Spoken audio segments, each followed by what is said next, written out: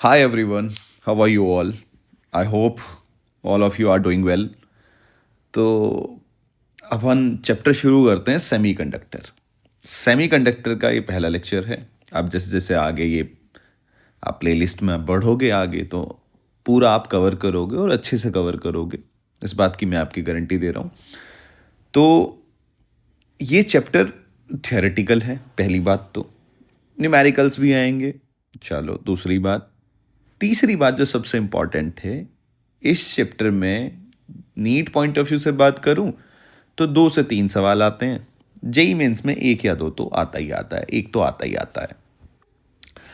तो बात यह है, इजी चैप्टर है और ये मार्क्स वैसे वाले हैं कि भैया लड्डू उठा के अपनी प्लेट में रखने वाले। आसान चैप्टर है, थियोरेटिकल चैप्टर है, तो थोड़ा सा आपको समझने में ऐसा होगा कि यार ये समझ नहीं आता यार, ऐसा होता है बच्चों के साथ। लेकिन बहुत आसान है, बहुत आसान है। अब विदाउट वेस्टिंग एनी टाइम अपन स्टार्ट करते हैं सेमीकंडक्टर। तो सबसे पहली बात जो खड़ी होती है वो ये खड़ी होती है कि भाई सेमीकंडक्टर पढ़ क्यों रहे हैं, पढ़ते क्यों हैं, जरूरी क्यों है। तो वो सारी बातों के ऊपर अपन चर्चा करनी शुरू करेंगे। सबसे पहले अपन शुरू करते हैं यहाँ से कि हमने अपने जीवन में जब हमने करंट इलेक्ट्रिसिटी पढ़ा तो हमने 2 चीज़ें पढ़ी। हमने पढ़ा कंडक्टर, ठीक है, फिर हमने पढ़े इंसुलेटर या डाइलेक्ट्रिक्स। ये आप पढ़ के आए हैं। तो आपकी थोड़ी सी बुद्धि चमकी एकदम से कि हाँ यार पढ़ा तो था। यहाँ पे सर फ्री इलेक्ट्रॉन्स थे, बिल्कुल सही बात है। वो एनसीईआरटी में जो डेटा भी था 10⁻29 पर मीटर क्यूब, ये नंबर ऑफ फ्री इलेक्ट्रॉन की डेंसिटी, इतने नंबर ऑफ फ्री इलेक्ट्रॉन्स हैं, ठीक है। अब अभी तक बस इतना इतना पढ़ के आए हो आप। इंसुलेटर सर ये कुछ कुछ कैपेसिटर याद आ रहा है। हाँ बिल्कुल सही बात है, कैपेसिटर में यूज़ किया था सर, कैपेसिटी इंक्रीज करने के लिए। कैपेसिटी सर इंक्रीज करी थी, सी इंक्रीज हो गई थी। कितनी sir? C is equal to epsilon naught A by D, तो सर के टाइम्स इंक्रीज हो गई थी, C dash will be equal to K C. ऐसे हो गया था सर। हाँ बात सही है बिल्कुल। चलो इतना इतना तो हमारे याद आ गया। अब अपन बात करते हैं हर चीज के बारे में, डिटेल के बारे में। कंडक्टर को समझेंगे, कंडक्टर क्या है इसके बारे में भी समझेंगे, और मेनली फोकस रहेगा हमारा सेमीकंडक्टर के बारे में। और ये जो इंसुलेटर या डाइलेक्ट्रिक्स भी जो आप पढ़ गए हो, इसको भी हम, अभी तो आपको ये पता है सिर्फ कि अच्छा यहाँ कंडक्शन नहीं होता, यहाँ ये कंडक्शन में पार्टिसिपेट करता है। तो वो सारी बातें डिटेल में थियरी के हिसाब से, उसके लिए हम एनर्जी बैंड थियरी पढ़ेंगे। तो अभी अपन ये छोटी छोटी बातें अपन पढ़ के आए हैं, बस इतना ही पढ़ के आए हैं, इससे ज़्यादा हम कुछ नहीं। अब हम डिटेल में बात करेंगे हर चीज़ के बारे में। तो डिटेल में बात करने के लिए अपन के पास आ गया सेमीकंडक्टर। एक बार सेमीकंडक्टर क्या होता है, जो चैप्टर है उसके बारे में तो जान लें हम। सेमीकंडक्टर भैया, सेमीकंडक्टर जो होता है ये है कि सम टाइम, नोट्स अपने बनाते रहना, बिल्कुल नोट्स ही हैं ये। इट बिहेव एज कंडक्टर और some time it behave as insulator. मतलब कभी तो ये करंट पास करेगा, कभी करंट पास नहीं करेगा।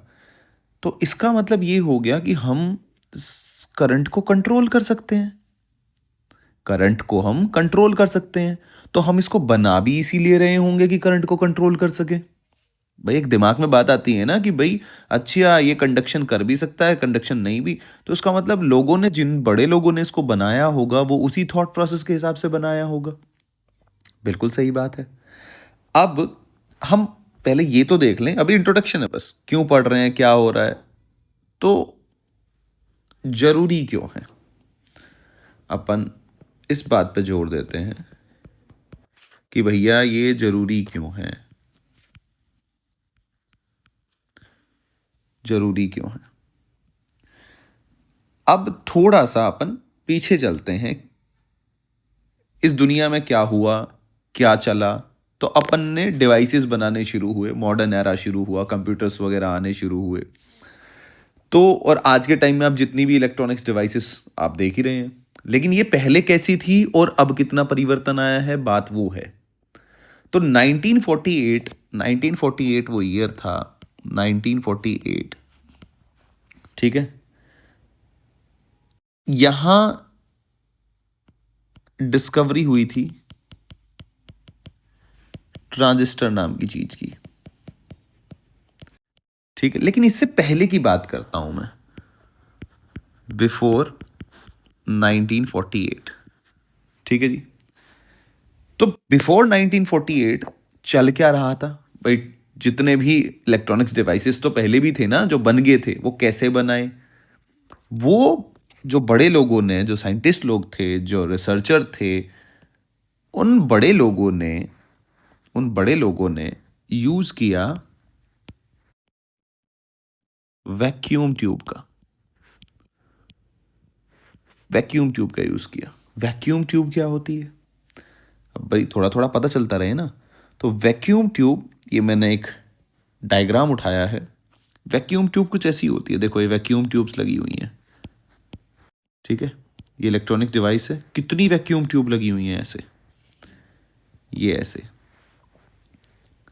अब अगर आप देखोगे तो ये जो बोर्ड होता है, मतलब ये जो बोर्ड होता है, ठीक है।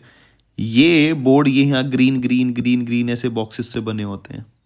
अब आप इसका स्ट्रक्चर देखो, पहले स्ट्रक्चर देखो और अब स्ट्रक्चर ऐसे ग्रीन ग्रीन ग्रीन ग्रीन, जब आप सर्च करोगे तो ऐसे बना होता है, ठीक है। ट्रांजिस्टर वगैरह लगे होते हैं। खैर ये सब बातें, बात ये है वैक्यूम ट्यूब का फंक्शनिंग कैसी है। वैक्यूम ट्यूब में क्या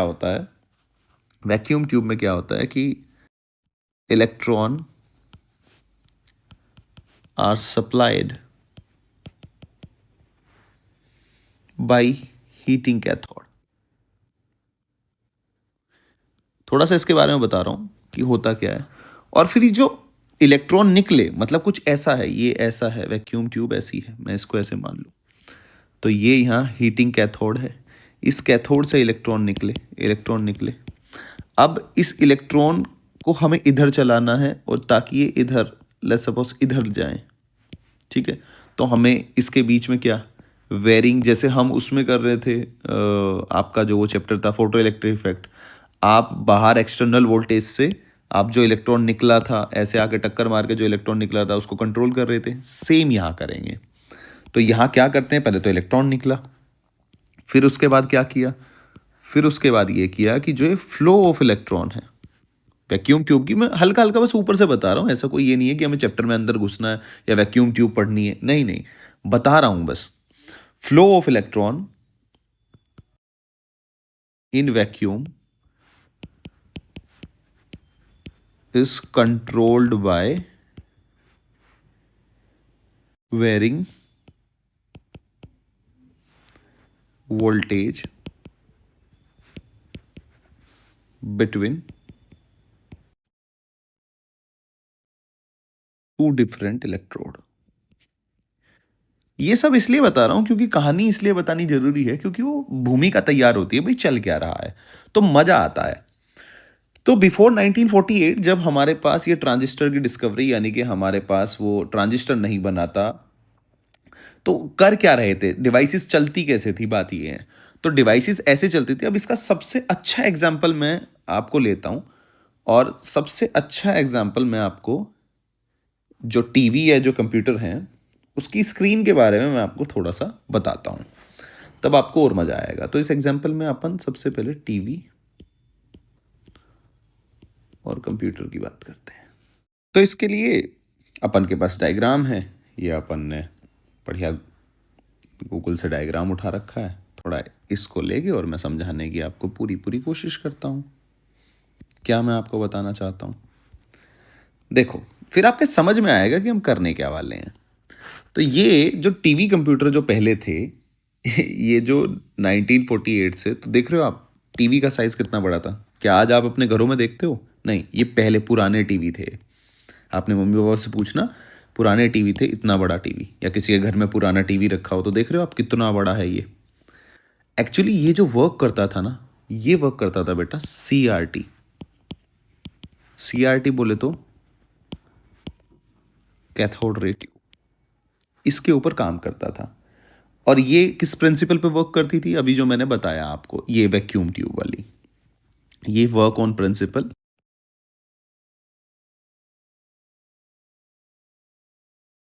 वैक्यूम ट्यूब।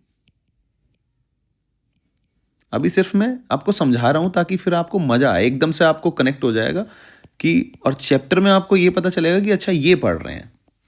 तो हो क्या रहा है, पहले यहाँ समझो, ये कैथोड रे ट्यूब, यहाँ से इलेक्ट्रॉन निकले, आपने इसके फ्लो को कंट्रोल किया, यानी कि इसके फ्लो को ऐसे ही ऐसे जा रहा है, जा रहा है, जा रहा है, यहाँ टक्कर मार रहा है, यहाँ जा रहा है, तो ये कैथोड रे ट्यूब यहाँ लगी होती है, ये टक्कर ऐसे मारता है, और ये स्क्रीन आपको जो दिख रही है, फिर यहाँ आपको पिक्चर दिखनी शुरू हो जाती है। जब इलेक्ट्रॉन हिट करते हैं तो वो फिर आगे का पूरा इसका मैकेनिज्म है, कैसे क्या हो रहा है, हमें उसमें नहीं जाना।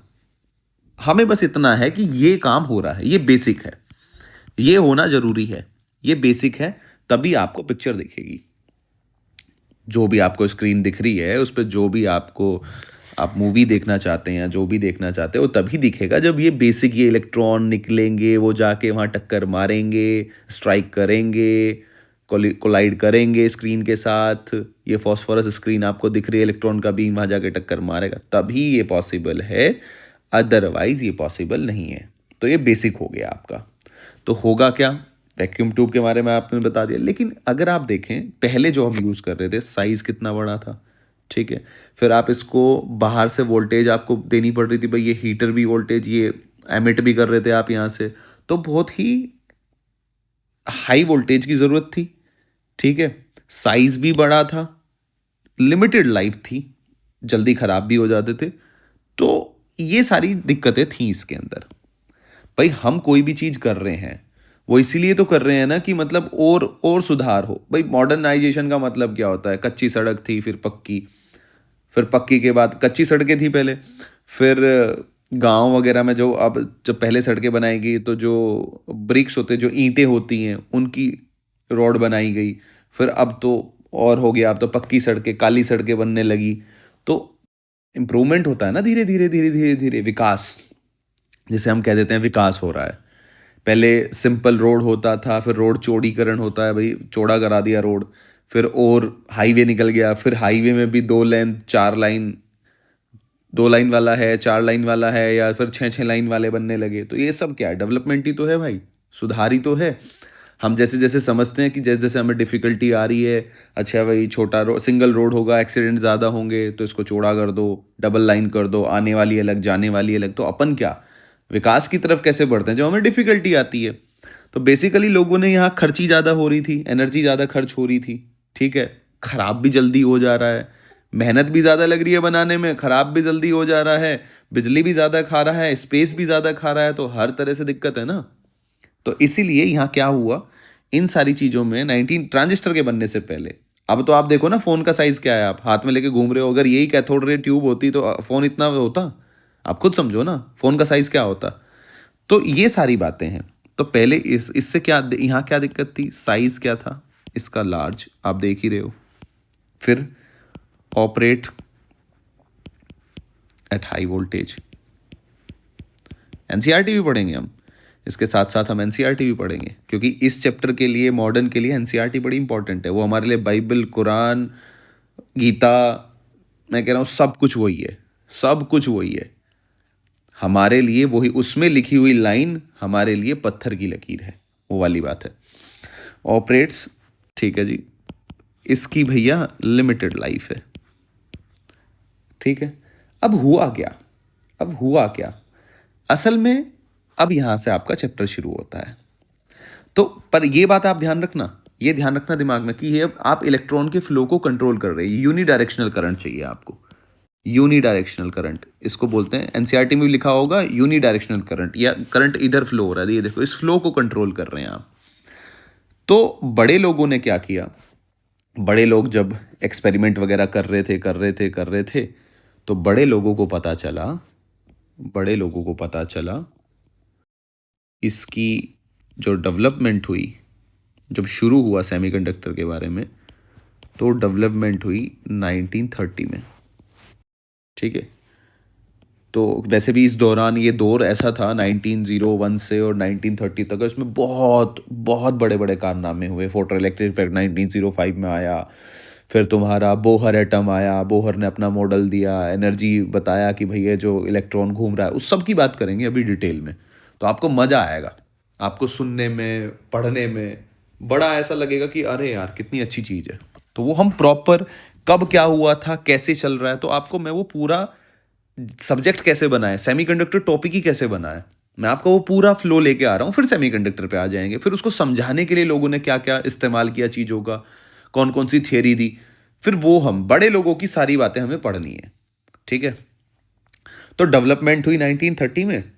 तो हुआ क्या, ये रियलाइज किया गया, बड़े लोगों ने रियलाइज किया कि भाई कुछ जो सॉलिड स्टेट हैं सेमीकंडक्टर, कुछ जो मटेरियल हैं, आप ये कह सकते हो, तो वो कैसे बिहेव कर रहे हैं।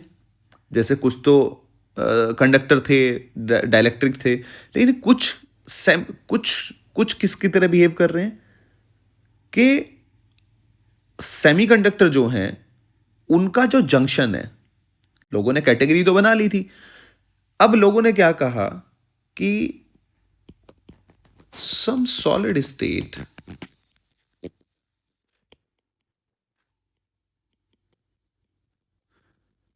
semiconductor and their junction।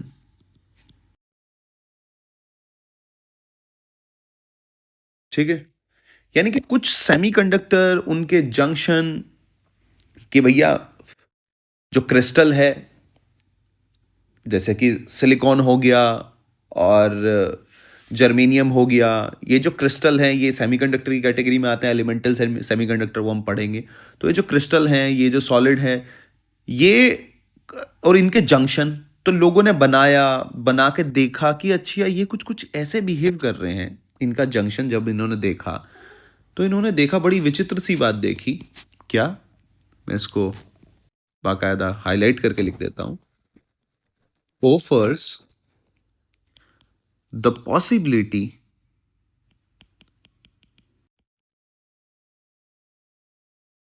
of controlling the number and direction of flow of charge carrier। समझ रहे हैं आप मेरी बात? मतलब हम इनको कैसे बना रहे थे, कैथोड रे ट्यूब का यूज करके, लेकिन अब समझो कुछ एलिमेंट ही हमें ऐसे मिल गए जो उनके जंक्शन और वो खुद कैसे बिहेव कर रहे हैं, ताकि चार्ज कैरियर जो है उसके फ्लो को कंट्रोल किया जा सके और उसकी डायरेक्शन को कंट्रोल किया जा सके, पॉसिबिलिटी दे रहे हैं वो। और हमें क्या करना था, हमें तो यही चाहिए था। मैंने क्या बताया था, इस बात को याद रखना कि हम कंट्रोल कर रहे हैं फ्लो को। तो अगर हमें यहां से कंट्रोल मिल जाता है, तो हमारा इतना बड़ा जो साइज है, साइज घट जाएगा। भाई पॉइंट वाली बात है, नहीं है? तो सेमीकंडक्टर के आने से हुआ क्या, अब यहां से आपका थोड़ा थोड़ा ये आपको अब समझ में आएगा। यहां अब आपका मेन मैं लिख रहा हूं कि अब इस पूरी कहानी जो मैंने ये भूमिका बनाई है चैप्टर की, आपको ये समझ में आया होगा इंट्रोडक्शन में। सेमीकंडक्टर, इसके आने से हुआ क्या,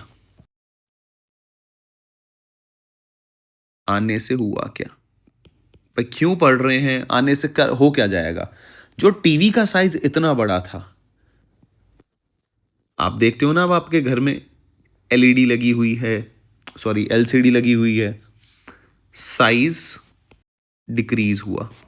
पहला काम तो ये हुआ। देख रहे हो ना टीवी वगैरह, उसका साइज क्या, अब तो आप बाकायदा उस पर लगा देते हो ना, जो भी आपकी स्क्रीन है आप कैसे बढ़िया दीवार के ऊपर लगाते हो, पतली सी आती है।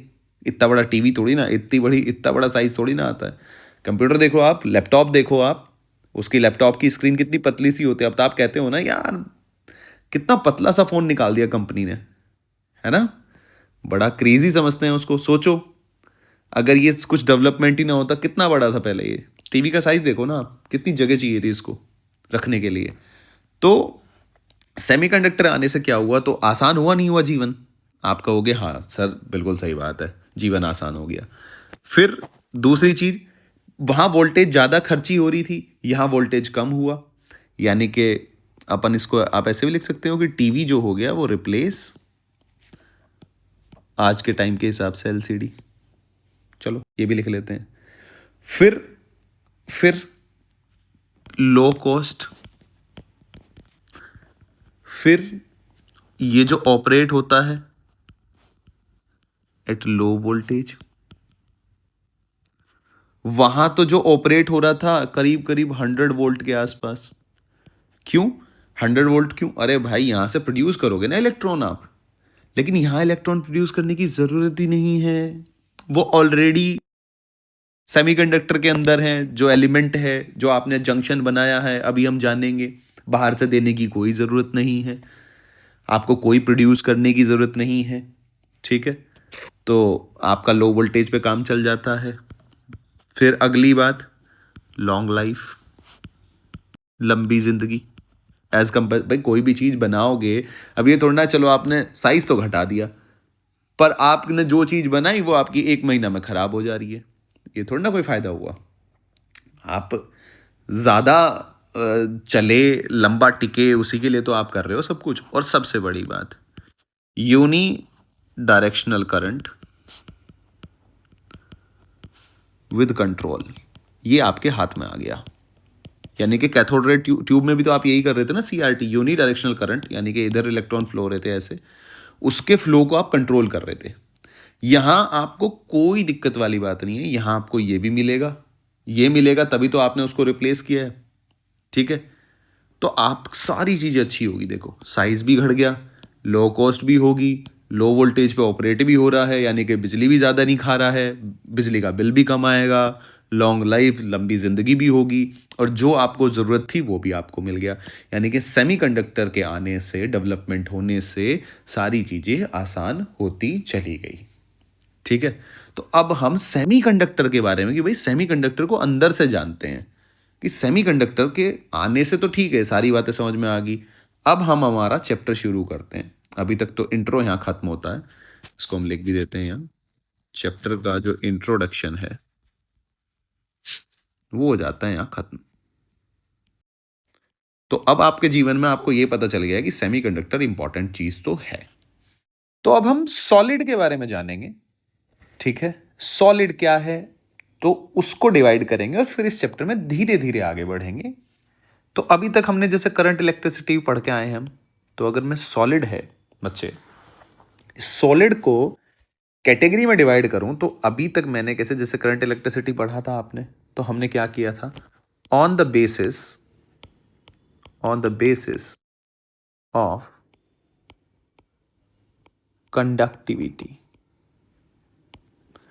On the basis of conductivity, इसका सिंबल होता था ऐसे सिग्मा करके, और हमने इसको बच्चे 3 हिस्सों में डिवाइड किया था। अब आप कहोगे हाँ सर ध्यान आ रहा है, थोड़ा थोड़ा था, थोड़ा थोड़ा अपने को सर ध्यान आ रहा है। क्या क्या ध्यान आ रहा है जी?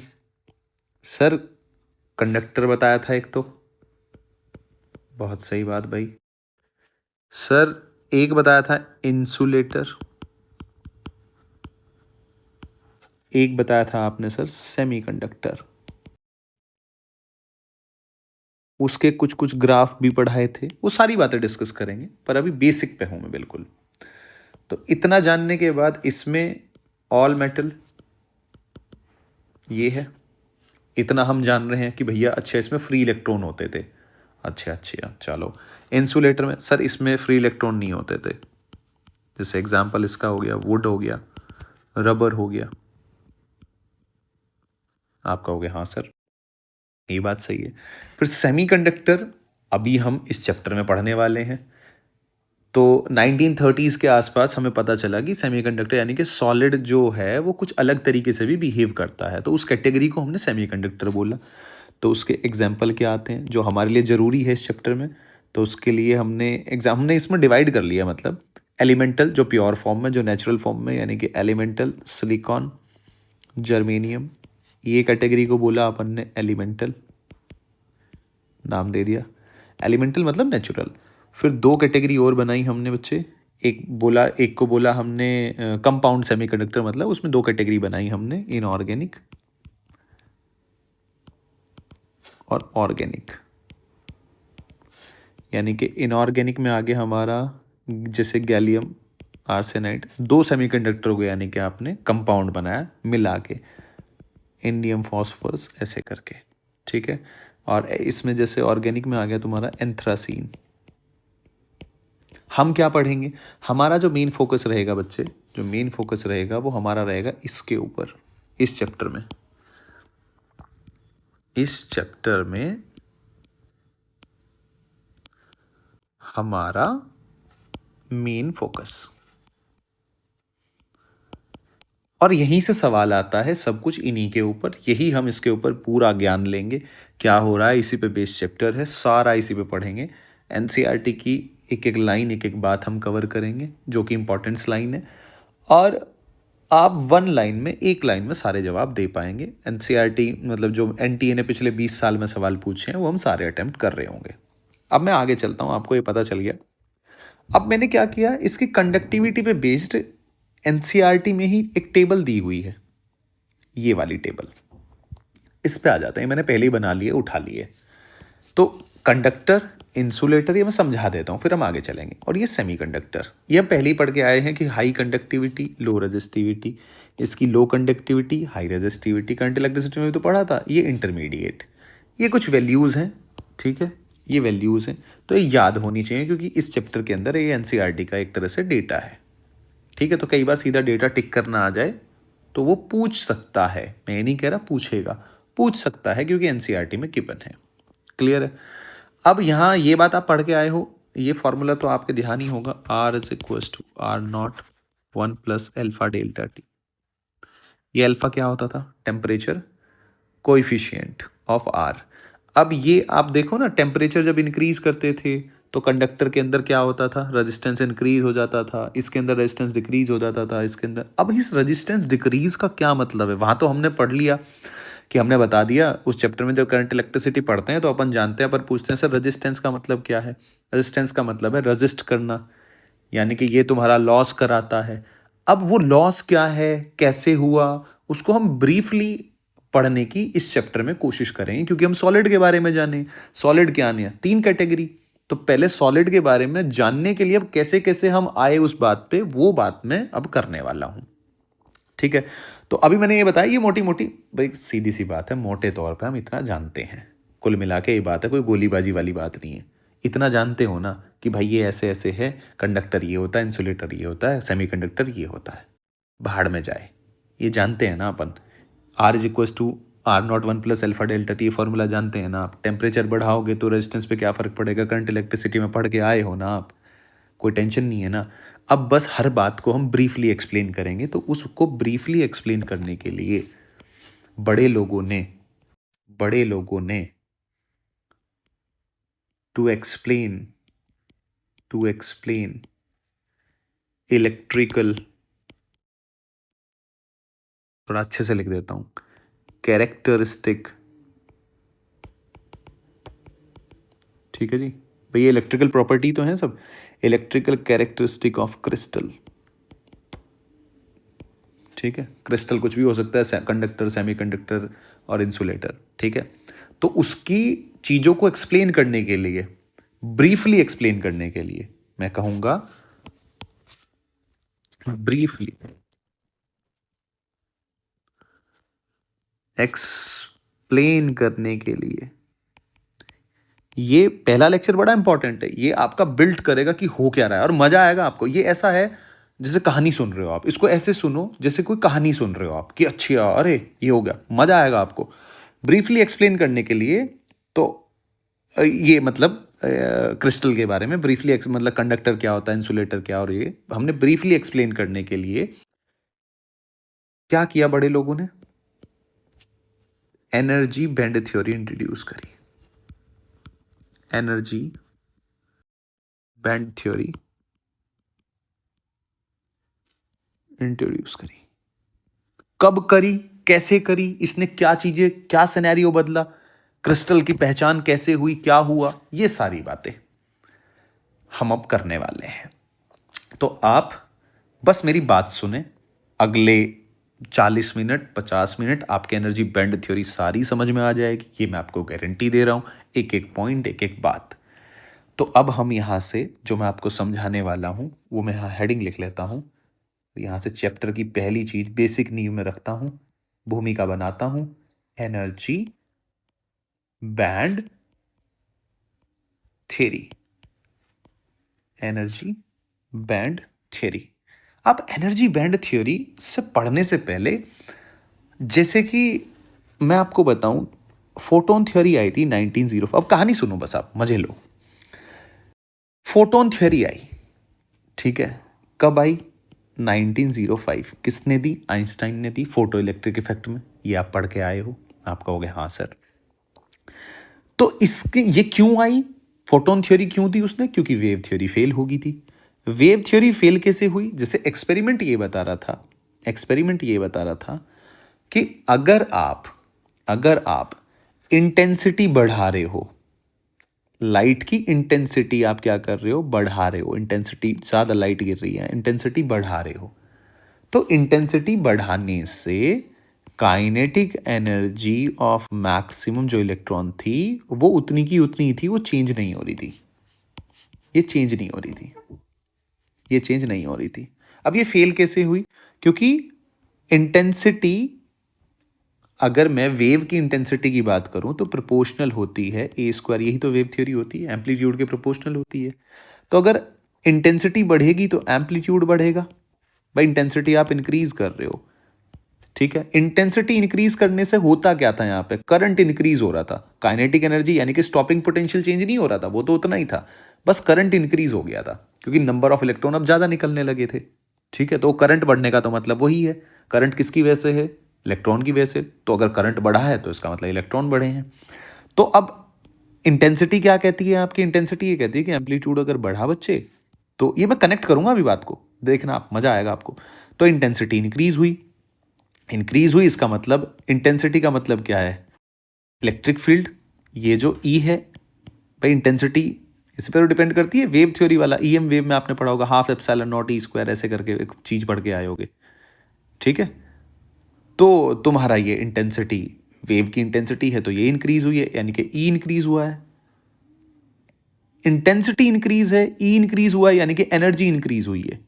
अगर एनर्जी इंक्रीज हुई है, इंटेंसिटी इंक्रीज करी, तो इसका मतलब वेव थ्योरी क्या कर रही है? तुम्हारी एनर्जी इंक्रीज होगी। अब अगर एनर्जी इंक्रीज हुई है तो काइनेटिक एनर्जी में फर्क पड़ना चाहिए था, जो कि पड़ा नहीं, तो यहां से फेल हुई। तो फिर तुम्हारा कुल मिला के मैं एक ब्रिज बना रहा हूं। 1905 में आइंस्टाइन आए, उन्होंने कहा कि आप मेरी बात मानो, मैं बताता हूं कि ये है क्या। तो उन्होंने क्वांटा वाला कॉन्सेप्ट दिया। तो यहां शुरुआत हो चुकी थी क्वांटम की, ठीक है, क्वांटम मैकेनिक्स, क्वांटम नंबर्स वगैरह अब आगे आएंगे, तो ये चीज़ें शुरू होगी। फिर आए तुम्हारे, ये कनेक्ट हुआ ब्रिज। अब यहां से 1905 से आगे चलने हम शुरू हुए। अब साल आता है तुम्हारा 1913, और आपके जीवन में एक नई चीज दी, किसने दी? बोहर ने, नील बोहर, ठीक है। बोहर क्या कहता है? बोहर ने कुछ नहीं कहा, बोहर ने एक छोटी सी चीज बताई, कि छोटी नहीं, वो तो बहुत बड़ी बात थी, खैर। ये जो इलेक्ट्रॉन, ये जो घूम रहे हैं, ये आइसोलेटेड एटम उसने हाइड्रोजन लाइक एटम के लिए दिया था। किसके लिए? उसका पूरा मॉडल किसके थे था? हाइड्रोजन लाइक एटम के लिए। लेकिन यहां से उसने एक बात स्टैब्लिश कर दी थी कि जो इलेक्ट्रॉन है, यानी कि n is equal to 1, n is equal to 2, n is equal to 3, और पहला उसने क्वांटम नंबर दे दिया था जिसको बोला n प्रिंसिपल क्वांटम नंबर, ठीक है। तो क्वांटम नंबर दिया, इसने इंट्रोड्यूस किया कि n बोले तो तुम्हारा प्रिंसिपल क्वांटम नंबर, मतलब किस ऑर्बिट में वो घूम रहा है। और उसने कहा कि इलेक्ट्रॉन के पास जो है ना, इन आइसोलेटेड एटम, इसने कहा कि भैया इन आइसोलेटेड, ये सारी बातें हम पढ़ चुके हैं, बस मैं ब्रिज बना रहा हूं, मजा आएगा आपको। तो 1913 में ये आया और इसने कहा कि भाई सुनो, मेरी बात सुनो आप, इन आइसोलेटेड एटम, इन आइसोलेटेड एटम, इन आइसोलेटेड एटम, जो इलेक्ट्रॉन है, इलेक्ट्रॉन के पास डिस्क्रीट एनर्जी होगा। इसको अब अच्छे से कैसे बोलूं मैं बात को? Energy in an isolated atom, the energy, पूरा लिखता हूँ इसको फिर अच्छा लगेगा आपको, the energy of its electron is decided by the orbit in which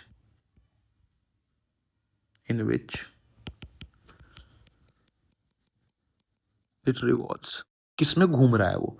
तब आपको याद है ना ये En-13.6 z²/n², दो इक्वेशन लगा के आपने प्रॉपर सॉल्व किया था तो आपका फिर ये आंसर आया था। ठीक है, एन क्या है तुम्हारा? वही principle quantum number n is equal to 1 है, किस ऑर्बिट में घूम रहा है। तो यहाँ से एक मोटी मोटी बात उसने सेट कर दी कि इलेक्ट्रॉन जो है इसके पास डिस्क्रीट एनर्जी है। डिस्क्रीट मतलब अगर मैं इसका ग्राफ बनाऊं, डिस्क्रीट का मतलब होता है एन इज इक्वल टू 1 में जो है उसका फिक्स है। जैसे अगर मैं ये एनर्जी की बात करें अपन इलेक्ट्रॉन वोल्ट में, तो ये भैया N is equal to 1, N is equal to 2, ये होता है डिस्क्रीट मतलब N is equal to 1, N is equal to 2, N is equal to 3। जैसे इसमें आपको याद भी कराया जाता है, क्या कराया जाता है, ये 3 लेवल ऐसे बनाए जाते हैं। ठीक है, ये होता है -13 हाइड्रोजन के लिए, -13.6 याद करते हैं ना ऐसे, ये -3.4 इलेक्ट्रॉन वोल्ट, ये -0.85 इलेक्ट्रॉन वोल्ट। ठीक है, 4 याद करनी होती है, -0.51 इलेक्ट्रॉन वोल्ट, इससे ऊपर जो होता है, यानी कि एन इज इक्वल टू 1 में जो है उसकी एनर्जी ये, 2 में जो है ये, 3 में जो है ये। तो इसने दो चीज़ें इंट्रोड्यूस करी, एक तो बताया कि भैया इसको बोलते हैं एन इज इक्वल टू 1 यानी कि 1 2 3, यानी कि ये प्रिंसिपल क्वांटम नंबर है, यानी कि ऑर्बिट किस ऑर्बिट में है, प्रिंसिपल क्वांटम नंबर मतलब किस ऑर्बिट में है, ये बताएगा।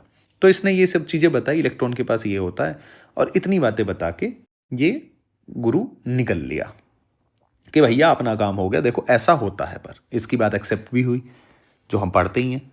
अब फिर आते हैं इसके बाद आया साल बढ़े, जीवन बढ़ा इंसान का। इसके बाद साल आया, लोग काम तो कर ही रहे थे कि भाई और क्या होता है, लोग एटम के पीछे पड़ गए। तो और फिर एक्सपेरिमेंट्स हुए, बहुत सारी चीज़ें हुई। 1916 में आया सोमरफेल्ड। ये मैं सारी कहानी क्यों बता रहा हूँ, क्योंकि सब एनर्जी बैंड थ्योरी तक जाके फिर बाद में एनर्जी बैंड थ्योरी बनेगी, वो सारी बातें आपको वहाँ समझ में आएगी। आप अभी मजे लो बस बात के। तो फिर एक इंसान आया सोमरफील्ड, एक्सपेरिमेंट चल ही रहे थे, उसने कहा कि भाई जो ये तुम N1 2 3 ये कर रहे हो ना, बढ़िया बात है, करो, कोई दिक्कत वाली बात नहीं है, लेकिन मैं ये कह रहा हूँ कि सब शेल भी होते हैं, खाली शेल नहीं भाई, उसके सब शेल भी होते हैं। तो उसने कॉन्सेप्ट दिया SPDF, और ये देने के बाद दो क्वांटम नंबर और इंट्रोड्यूस कर दिए उसने, दो क्वांटम नंबर, एक L और एक LML। ये इसको आप बोल देते हो एजीमुथल, ये तो बोलते हो आप, ठीक है। और दूसरे की अगर बात करी जाए, पहले को तो आप एजीमुथल बोल देते हो, और ये मैग्नेटिक क्वांटम नंबर, क्या बोलते हो आप इसको? अगर मैं बात करूं तो एजीमुथल हो गया, और ये हो गया तुम्हारा बच्चे मैग्नेटिक क्वांटम नंबर। तो इसने दो और दे दिए कि भैया ये भी हैं, तो ये दो इंट्रोड्यूस हो गए। चलो ये बातें बताई इसने, बता के ये भी निकल लिया गुरु पतली गली से कि ये हो गया, चलो कोई बात नहीं। धीरे धीरे समय बढ़ा तो 1920 से 1923, यानी कि ये बहुत लंबा सा पीरियड रहा, बहुत सारे एक्सपेरिमेंट किए, और एक बंदा आया जो आप केमिस्ट्री में बहुत पढ़ते होंगे, आफ्बाउ प्रिंसिपल। ये आदमी आया, इसने ऑर्बिटल की फिलिंग बताई कि आप फिल कैसे करोगे। इसने फिलिंग ऑर्डर दिया आपको, ये सब चल रहा है, फिलिंग ऑर्डर चल रहा है, और बाकी इसने, और क्वांटम नंबर अभी तक कितने मिले हैं तुम्हें? बोहर ने क्या दिया? प्रिंसिपल क्वांटम नंबर, यानी कि किस ऑर्बिट में घूम रहा है उसने वो बता दिया। फिर सब शेल के लिए ये L दे दिया उसने, एजीमुथल क्वांटम नंबर, ये सोमरफेल्ड ने दिया, और मैग्नेटिक क्वांटम की वो मैग्नेटिक प्रॉपर्टी भी शो कर रहा है, ये सब बातें उसने बता के वो निकल लिया। फिर आता है तुम्हारा साल 1925। यहां बंदा आया गुडस्मिथ, गुडस्मिथ आया। इसने क्या कहा? इसने कहा कि भैया एक और क्वांटम नंबर होता है MS, स्पिन क्वांटम नंबर, इसने ये दिया।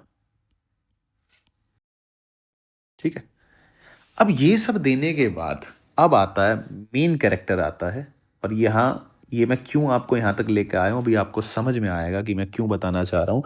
तो इन सारी बातों से एनसीईआरटी की कौन सी लाइन में एक्सप्लेन करना चाहता हूँ वो आपको मजा आएगा, क्योंकि कोई भी चीज़ ऐसे ही नहीं है, पहले आपको पता होना चाहिए कि हो क्या रहा है। तो 1925 आ गया, और यहाँ हमारे एक बहुत अच्छे बंदे आते हैं निकल के, पॉली। और पॉली ने क्या दिया था, अगर आपको याद हो तो, एक्सक्लूजन प्रिंसिपल।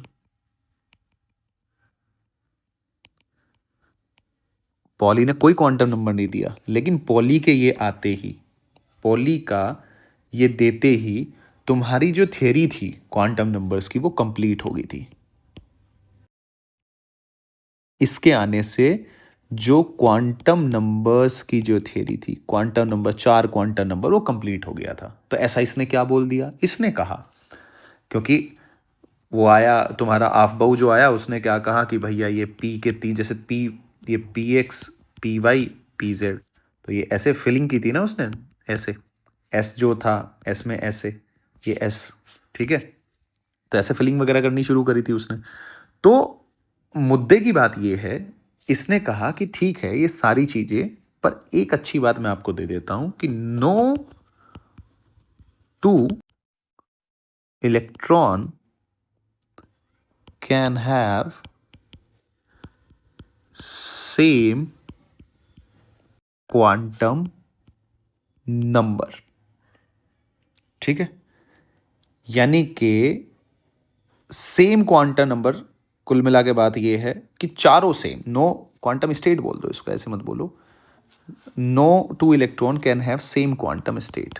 फिर इसका मतलब प्रॉपर बताएंगे, क्वांटम स्टेट क्योंकि जरूरी है, तो प्रॉपर हमने, नहीं तो गड़बड़ हो जाएगी। अब क्वांटम स्टेट का इसका मतलब क्या है, इसका मतलब अब समझाता हूं मैं। इसका मीनिंग क्या है, इसका मीनिंग ये है कि no two electron can have same four quantum number, यानी कि कोई भी दो इलेक्ट्रॉन, कोई भी दो इलेक्ट्रॉन, उसके N L M L M S, ये चारों क्वांटम नंबर, जो 4 क्वांटम नंबर, ये किसी भी इलेक्ट्रॉन के सेम नहीं हो सकते जब आप फिल कर रहे हो।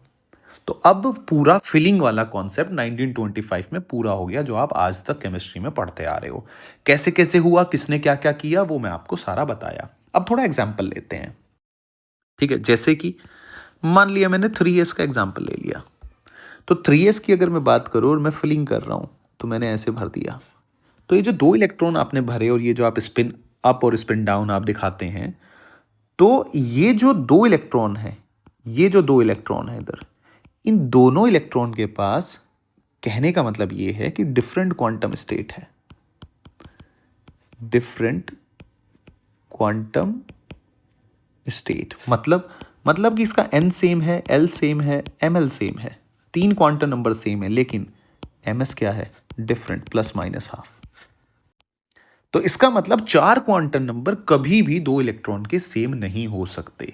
हमेशा जब आप फिलिंग कर रहे हो, हमेशा अलग अलग पाएंगे। px में 2 भरे हैं, अलग अलग हैं, py वाले अलग अलग हैं, सब अलग अलग है मामला। तो पॉली ने ये बिल्कुल क्लियर कर दिया कि भैया अलग अलग, लेकिन क्वांटम स्टेट अलग अलग हैं, लेकिन भरा तो थर्ड में ही है ना, तो एनर्जी तो सेम होगी नहीं होगी भाई, भरा तो थर्ड में ही है, तो एनर्जी सेम है, एनर्जी सेम है, बट क्वांटम स्टेट डिफरेंट है। समझना इस बात को, ये बड़ी इंपॉर्टेंट लाइन है। ठीक है, अब एनसीईआरटी क्या कहती है, एनसीईआरटी थोड़ा, क्योंकि ये तो मैंने बहुत डीपली समझाया आपको, एनसीईआरटी इस बात को ऐसे कहती है, अगर एनसीईआरटी की बात करें आपसे हम, तो एनसीईआरटी कहती है इसको two energy state. Quantum state की जगह वो 2 एनर्जी स्टेट बोलती है, कि हर इलेक्ट्रॉन के पास डिफरेंट एनर्जी स्टेट होगा, कि each each electron of orbital या एटम का जो है, each electron has different energy state.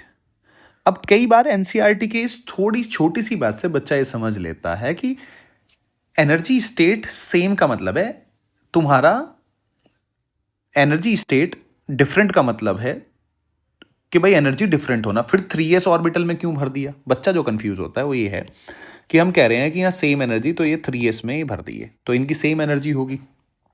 भाई अगर तुम्हारा ये मैं कहूँ ये कोई एटम है, मान लो ये सिलिकॉन का एटम है, इसके चारों तरफ ये हमारा 3s हो गया और ये वाला शो कर रहा है ये 3s हो गया और ये 3p हो गया। आपने यहाँ फिलिंग करी तो थर्ड 3s का मतलब क्या है? थर्ड 3s का मतलब है कि यहाँ जो भी इलेक्ट्रॉन हो सेम एनर्जी होगी।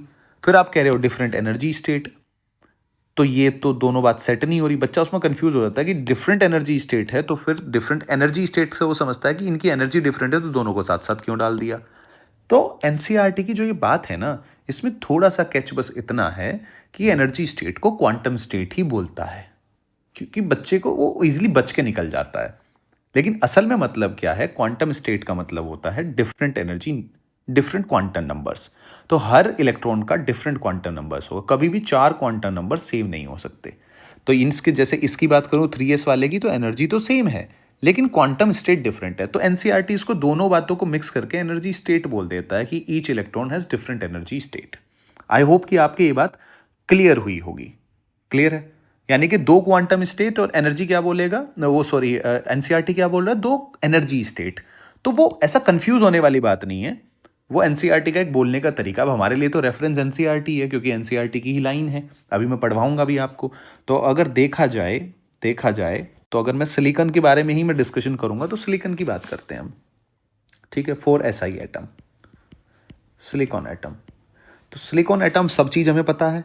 तो अब आफ्बाउ प्रिंसिपल से अगर हम इसे भरना शुरू करें 14, तो अपन भरते हैं 1s2 2s2, क्योंकि अब सब कुछ पता है। देखो 1925 में आ गए हम, सब कुछ पता है। तो 2s2, ये 2p6, फिर 3s2, फिर अपन ने 3p6। आप ये समझो आप उसी साल में है, तो ये बातें आप जान चुके हैं, आपने ये भर दिया। अब आपसे पूछा गया कि बताओ ये आउटर शेल के बारे में बात करते हैं, आउटर शेल के बारे में। तो आउटर शेल के बारे में आपने तुरंत बताया कि आउटर शेल में एक ये दो हैं, तो दो क्वांटम स्टेट तो यहाँ हो जाएंगी। सॉरी 3p, ये 2p6 कैसे कर दिया मैंने? ये तो तुम्हारा 2 आएगा ना, ये आएगा तुम्हारा 14 है ना, तो 14 हो गया 2 10, हाँ ठीक है 14 हो गया। तो आउटर शेल की बात करते हैं अब। देखो बच्चे, तो आउटर शेल में अब क्या आया कि एक ऑर्बिटल तुम्हारा दो क्वांटम स्टेट देगा, दो इलेक्ट्रॉन फिल कर रहे हैं ना आप इसमें।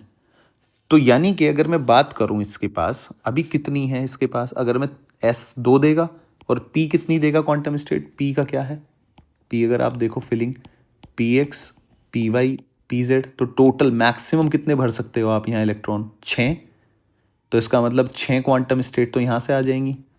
ठीक है, एक ऑर्बिटल दो कंट्रीब्यूट करेगा तो यहाँ 4 ऑर्बिटल है, एक इसका और 1 2 3, यानी कि 4 ऑर्बिटल। तो total number of quantum state कितनी हो जाएंगी? सो मैक्सिमम पॉसिबल, अब एनसीईआरटी की लैंग्वेज में लिख रहा हूँ उसको, मैक्सिमम पॉसिबल एनर्जी स्टेट कितनी है? 8। ठीक है, फिल कितनी है? फिल कितनी है? जितनी में इलेक्ट्रॉन है। तो एनर्जी स्टेट जो फिल है वो है तुम्हारी 4। अगर मैं क्रिस्टल की बात करूं, फॉर क्रिस्टल, और क्रिस्टल में n एटम मान लो, मैं क्रिस्टल एक एटम से तो बनता नहीं है, n नंबर ऑफ एटम होंगे। तो मैक्सिमम पॉसिबल एनर्जी स्टेट कितनी हुई? Maximum possible energy state is equal to 8 है, तो n एटम 8n। ठीक है, और फिल एनर्जी स्टेट कितनी हुई? Filled energy state will be equals to 4n। I hope कि आपको ये बात समझ में आई होगी कि एनर्जी स्टेट का मतलब क्या है। असल में वो क्वांटम स्टेट कह रहा है। ठीक है, पॉली ने जो कहा था ना कि हर इलेक्ट्रॉन की डिफरेंट क्वांटम स्टेट होगी, तो लेकिन उसको सेम एनर्जी, तो वो असल में एनसीईआरटी ने थोड़ा सा कैच उसमें क्या कर दिया, उसमें ये बोल दिया कि भैया डिफरेंट एनर्जी स्टेट से उसको बोल दिया, लेकिन असल में वो क्वांटम स्टेट कहना चाह रहा है। तो आप वो कन्फ्यूजन नहीं, हालांकि हमें क्या पढ़ना है इसलिए मैं एनर्जी स्टेट यूज़ कर रहा हूँ, लेकिन मैंने प्रॉपर आपको समझाया है कि ये क्वांटम स्टेट होती है। कब किसने क्या किया, पॉली ने क्या दिया, वो आप ढंग से सुन रहे होंगे तो आपको सारी बातें समझ में आ रही होंगी। तो इतना काम हमारा हो गया 1925 तक, हमें पता चल गया एनर्जी स्टेट, जो क्वांटम नंबर्स की थियोरी थी वो पूरी होगी। कोई भी इलेक्ट्रॉन जब आप ऑर्बिटल में भर रहे हो 3s P X P Y P Z बच्चे, तो पी एक्स में आपने 2 भरे, पी ए वाई में 2 भरे, और वे जब मैं पूरे भर रहा हूँ मैं, तो मैक्सिमम कितने भर सकते हो आप, 8 भर सकते हो। तो 8 इलेक्ट्रॉन, अब किसी भी इलेक्ट्रॉन का क्वांटम नंबर सेम नहीं हो सकता, सेम नहीं हो सकता तो सबका अलग अलग होगा। क्लियर है ना? कोई भी 2 क्वांटम नंबर जो आप भर रहे हो, कहीं भी भर रहे हो, कोई भी सेम नहीं होगा। तो ये यही तो कह रहा है भाई, चेंज हो जाएगा। पी में जाओगे तो सब कुछ चेंज हो जाएगा, आपका एल चेंज हो जाएगा, ठीक है। फिर आपका प्रिंसिपल क्वांटम नंबर, वो भी आप जैसे ऑर्बिट चेंज करोगे तो वो भी चेंज होता रहेगा, तो वो कभी भी है ना सेम नहीं होता। तो ये पॉली ने थोड़ा सा सेट कर दिया कि फीलिंग इस तरीके से होगी, ठीक है। और क्वांटम स्टेट ये मतलब है, और क्वांटम जो नंबर जो थ्योरी है, जो 4 नंबर हैं, वो इसने पूरी कर दी यहाँ के 1925 में। अब कोई बात नहीं, अभी हमें पता है कि क्रिस्टल विस्टल आप क्या कर रहे हो, एटम के बारे में पता था। अब मज़ेदार बात आती है, अब हमें पता है ना ये एनर्जी स्टेट के बारे में, ये एनर्जी बैंड थ्योरी में यूज़ करेंगे। 1925 तक ये बातें पता चल गई कि भैया इतनी एनर्जी स्टेट होती हैं जो आपने भर रखा है। तो यहाँ आपने 4 इलेक्ट्रॉन भर रखे हैं, आप जो बात याद रखनी है आपको काम की, यहाँ 4 इलेक्ट्रॉन भर रखे हैं ना आपने, तो ये 4 जो भर रखे हैं 4n एनर्जी स्टेट, ठीक है। और टोटल मैक्सिमम पॉसिबल कितनी एनर्जी स्टेट है, 8 एनर्जी स्टेट हैं। तो फिर क्रिस्टल के अंदर कितनी होगी, n, और फील्ड कितनी पाएंगी, 4n, ठीक है। तो ये बातें अभी हम इतनी आगे इनका यूज करेंगे तो वापस हम बात करेंगे इस पे। अब आगे आ जाते हैं। अब साल आता है, साल आता है कौन सा, तुम्हारा 1928, और बंदा आता है तुम्हारा बड़ा, बड़े इंसान, जो मैं कहता रहता हूं बड़े लोग, फेलिक्स ब्लोच। ये आता है और ये इंट्रोड्यूस करता है थियरी को, इसने इंट्रोड्यूस करी थी सबसे पहले। फिर आगे क्रॉनिंग पेनी मॉडल आया तो उसने मैथमेटिकल एक्सप्लेनेशन दिया था उसका, तो वो हमें नहीं पढ़ना, हमें तो बेसिक बेसिक पढ़ना है। तो इसने क्या किया, थ्योरी इंट्रोड्यूस करी थी जिसका नाम है एनर्जी बैंड थियरी। अभी तक हम एटम के बारे में बात कर रहे थे, अब इसने चीज़ों को थोड़ा सा, इसने फॉर्मेशन ऑफ क्रिस्टल वगैरह के बारे में बात किया, क्रिस्टल जब बन रहा होगा तो क्या हो रहा होगा, कैसे कैसे हो रहा होगा, एनर्जी जो है उसका क्या होगा।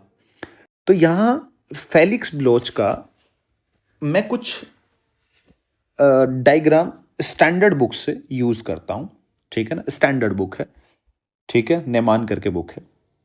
तो उससे मैं कुछ जो बैंड थ्योरी है, जो एग्जैक्ट जो वर्डिंग है, वो मैं ग्राफ यूज़ करूँगा तो आपको समझ में आएगा।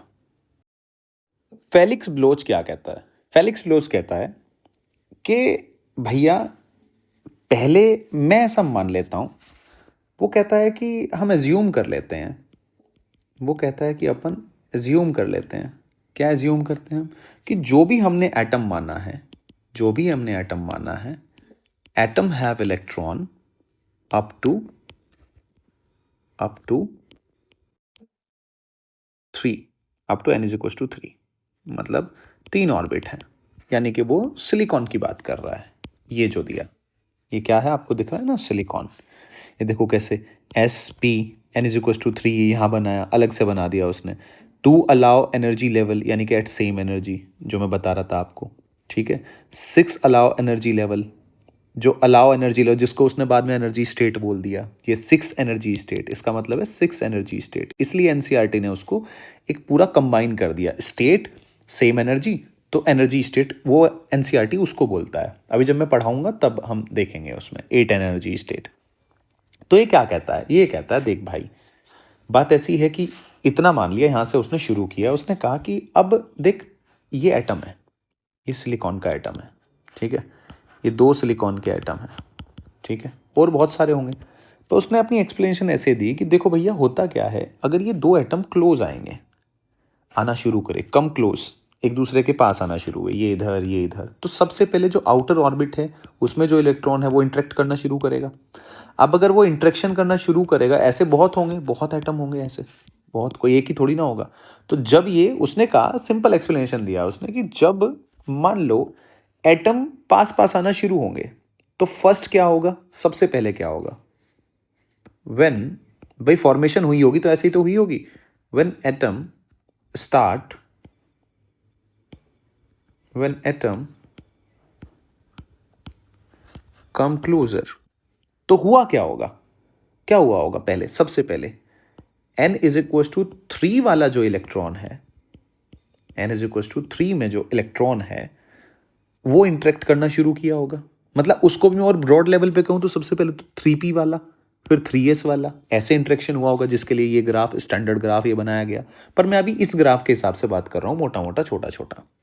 आप देखो, ध्यान से देखो, ऐसे पहले सिंगल एनर्जी लेवल था, अलग अलग आइसोलेटेड, ये दिखा रहा है कि ये पास पास आए, तो थर्ड वाला, तो थर्ड वाला क्या हुआ, ये इंटरेक्शन होना शुरू हुआ। अब आप मुझे एक बात बताओ, जब इंटरेक्शन होगा तो जो ये जैसे घूम रहा था, इसका तो सारा मामला हट गया ना, इसका तो सब कुछ चेंज हो गया, इसका तो जीवन ही बदल गया।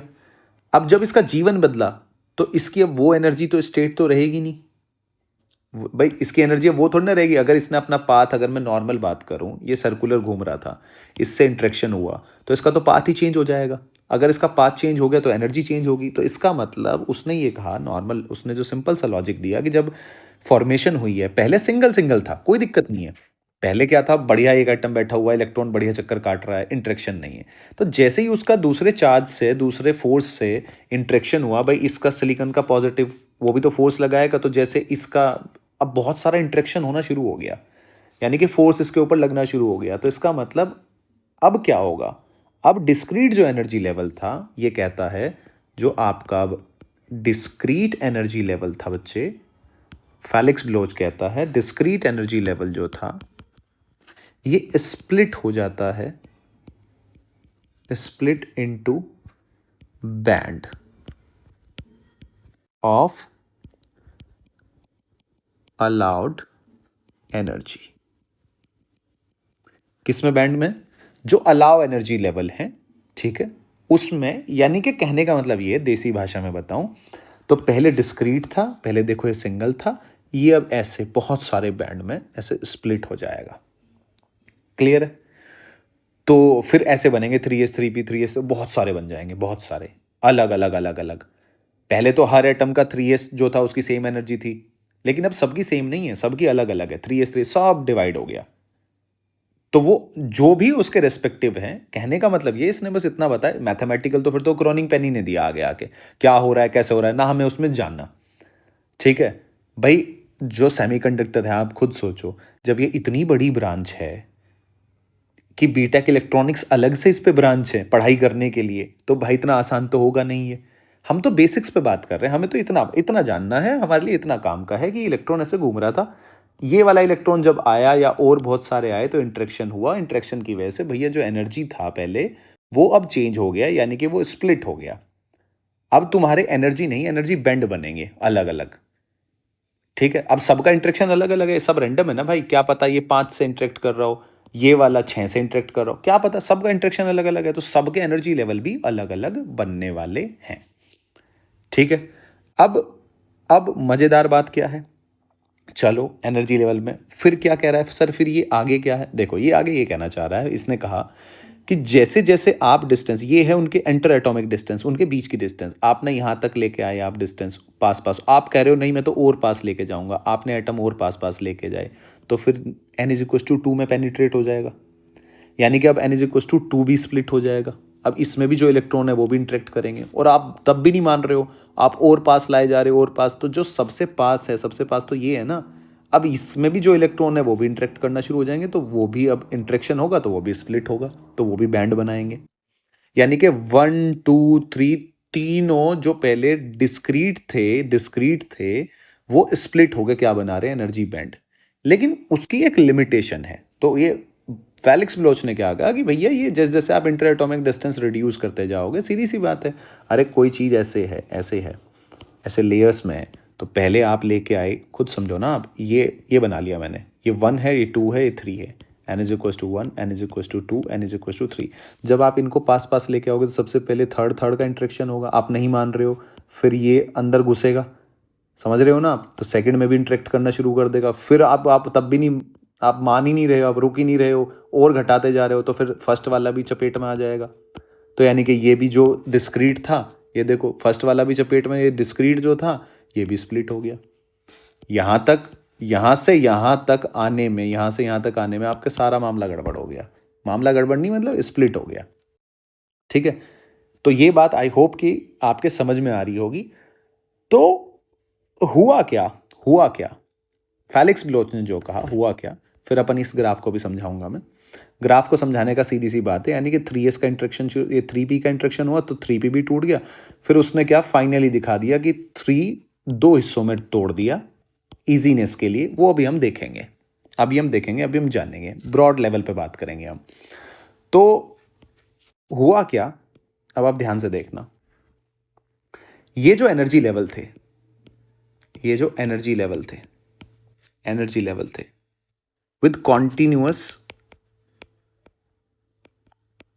टूट गए, कॉन्टिन्यूअस एनर्जी वेरिएशन। जब ये हुआ तो इसको बोला गया, इसको क्या बोला गया, एनर्जी बैंड। इसीलिए इसका नाम है एनर्जी बैंड थ्योरी।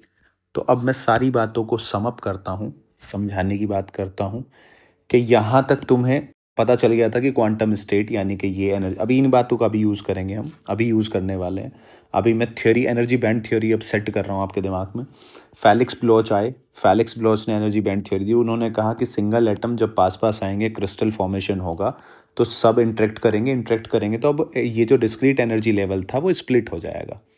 यानी कि अब बहुत सारे, अब कंटिन्यूअस एनर्जी का वेरिएशन मिलेगा, क्योंकि सबका इंटरेक्शन अलग अलग है। ये इलेक्ट्रॉन अलग से, अब पता नहीं लाखों करोड़ों एटम है उसके अंदर, सबका अलग अलग इनफाइनाइट नंबर ऑफ एटम्स है, तो आपको infinite number of different energy level मिलने वाले हैं, ठीक है। तो ये एक बात होगी। अब बड़े लोगों ने क्या किया, इस बात को थोड़ा और आसानी से, ताकि लोगों को समझ में आ सके, लोगों ने क्या कहा कि देखो अब आपकी यहाँ से एनर्जी बैंड थ्योरी शुरू होती है। अब मैं आपको, और वो कैसे हम क्रिस्टल को समझाएगी, अब यहाँ से मेन टॉपिक है। अब मैंने आपको समझाया, सारी चीज़ बिल्ड करी, अब मैं हर एक बात उठा उठा के जोड़ दूंगा और आपके समझ में आ जाएगा। तो ऐसी आप बिल्कुल टेंशन मत लो कि भाई क्या हो रहा है क्या नहीं है। आप लेक्चर को 2 बार सुनोगे तो आपके सब समझ में आ जाएगा। हालांकि तो यहाँ से भी आपका सारी चीज़ें मैं सेट करने वाला हूँ। तो एनर्जी क्या है, ये ई है बच्चे, ये इलेक्ट्रॉन वोल्ट है, ठीक है। पहले क्या था, अगर मैं, पहले तो सिंगल सिंगल मिल रहा था, पहले क्या था, ऐसे था, n is equal to 1, n is equal to, मैं सिलिकॉन के बारे में बात कर रहा हूँ, किसके बारे में बात कर रहा हूँ, मैं सिलिकॉन के बारे में बात कर रहा हूँ, ठीक है। ये मैं किसके लिए एग्जाम्पल ले रहा हूँ, फॉर सिलिकॉन, ठीक है जी। अब क्या मिलेगा, अब भैया मिलेंगे एनर्जी बैंड। अगर मान लो इतना ज़्यादा इंट्रैक्शन हो रखा है तो 1 भी टूट गया। मान लो तुमने इंटर एटॉमिक डिस्टेंस बहुत ज़्यादा डिक्रीज कर दी तो ये भी स्प्लिट हो गया, n इज इक्वल टू 2 भी स्प्लिट हो गया, और n इज इक्वल टू 3 भी स्प्लिट हो गया। क्योंकि यहाँ इंट्रैक्शन ज़्यादा है, सभी इंट्रैक्ट, इसीलिए बैंड भी तुम्हारा देखो मैं क्या बना रहा हूँ, बड़ा बना रहा हूँ। ये बैंड बड़ा बन रहा है, छोटा बन रहा है, और छोटा। आप यहाँ देख लो, आप ध्यान से देखो, ये बैंड बड़ा बन रहा है, ये और छोटा, ये और छोटा, वो इंट्रैक्शन, क्योंकि ये पास वाले एटम है ना भाई। ये क्या है, ये न्यूक्लियस के, तो ये तो पहली सेल है ना, न्यूक्लियस के पास है, तो यहाँ स्ट्रॉन्ग है, ठीक है। तो यहाँ स्प्लिट इसलिए मैंने कम दिखाया है। खैर, अब मुद्दे की बात पे आ जाते हैं। उस बात से अपने कोई मतलब भी नहीं है, ठीक है। मुद्दे की बात ये है कि आपको यहाँ क्या मिलेंगे, एनर्जी लेवल। मतलब यहाँ क्या है आपके एनर्जी लेवल, ऐसे, ठीक है। ये एनर्जी लेवल हो गए, इसको आपने बोल दिया energy band, n is equal to 3। अब बड़े लोगों ने क्या कहा कि ये जो एनर्जी बैंड है ना, अब एनर्जी बैंड थ्योरी है क्या, यहाँ से शुरू होती है। ये जो एनर्जी बैंड है, बड़े लोगों ने इसको 2 हिस्सों में तोड़ा, 2 में स्प्लिट कर लिया। और इस एनर्जी बैंड के पास इस मैक्सिमम पॉसिबल कितने एनर्जी स्टेट हैं, 8n। कितने एनर्जी स्टेट हैं, 8n एनर्जी स्टेट।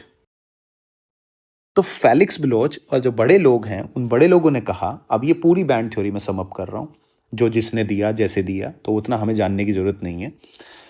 तो इन्होंने कहा कि 8n एनर्जी स्टेट है। अब इस बात का मतलब समझ में आएगा आपके, ये जो मैंने यहाँ बताई है बहुत ईमानदारी से मैंने ये जो आपको समझाया है, कितने मैक्सिमम पॉसिबल है 8n। तो आप जब सिलिकॉन के बारे में बात करते हैं तो सिलिकॉन का स्ट्रक्चर है 1s2 2s2, ये शब्द शेल यानी कि 1s2 2s2 2p6 3s2 and 3p2। तो अगर मैं बात करूं यहाँ कितने 8n एनर्जी स्टेट हैं, ठीक है, लेकिन भरे हुए कितने हैं 4n एनर्जी स्टेट। तो बड़े लोगों ने क्या कहा, at T is equals to 0 kelvin. 0 kelvin वो टेम्परेचर होता है जहाँ कोई बॉन्ड टूटा उटा नहीं है। तो उस पर जो एनर्जी बैंड थ्योरी वाले बड़े लोग थे उन्होंने कहा कि इसको मैं 2 हिस्सों में तोड़ लेते हैं हम। ये जो थर्ड वाला बैंड है इसको हम 2 हिस्सों में तोड़ लेते हैं, और 2 हिस्सों में तोड़ के उन्होंने कहा कि अभी भी कोई दिक्कत नहीं है। अब इन्होंने यहाँ से बातों को समझाया एनर्जी के हिसाब से। अब देखना कंडक्टर और वो सब कुछ कैसे एक्सप्लेन किया। तो इन्होंने 2 हिस्सों में तोड़ा इसको बड़े लोगों ने, और कहा कि भैया जो फील्ड है एनर्जी स्टेट वो कितने हैं 4n। कितने हैं यहाँ पे भाई, 2 स्टेट यहाँ हैं 2 स्टेट यहाँ हैं, तो 4n एनर्जी स्टेट फिल है। तो यहाँ लिखा उन्होंने कि 4n स्टेट जो कि फिल है। 4n स्टेट क्या है, जो फिल है, फिल वाली नीचे, और उसको बोला इन्होंने 2 बैंड में तोड़ा।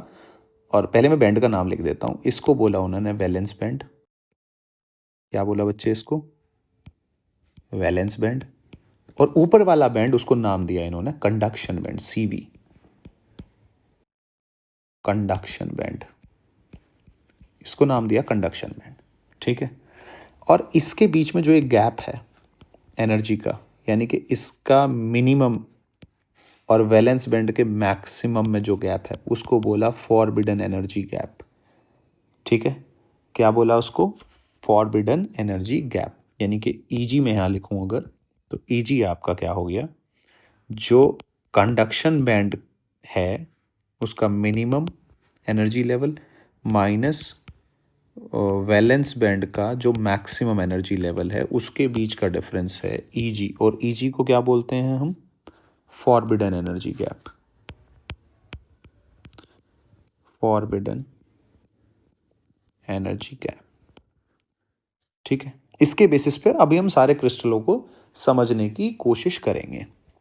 तो अभी मोटा मोटा बड़े लोगों ने क्या किया कि ये ऊपर वाले में कितने डाल दिए इन्होंने 4n स्टेट। तो अब ध्यान से देखो क्या किया बड़े लोगों ने, ये किया कि भैया मैक्सिमम पॉसिबल स्टेट कितने हैं 8n, ठीक है। फिल कितने हैं 4n स्टेट, ठीक है। तो 4n स्टेट उन्होंने यहाँ डिवाइड कर दिए।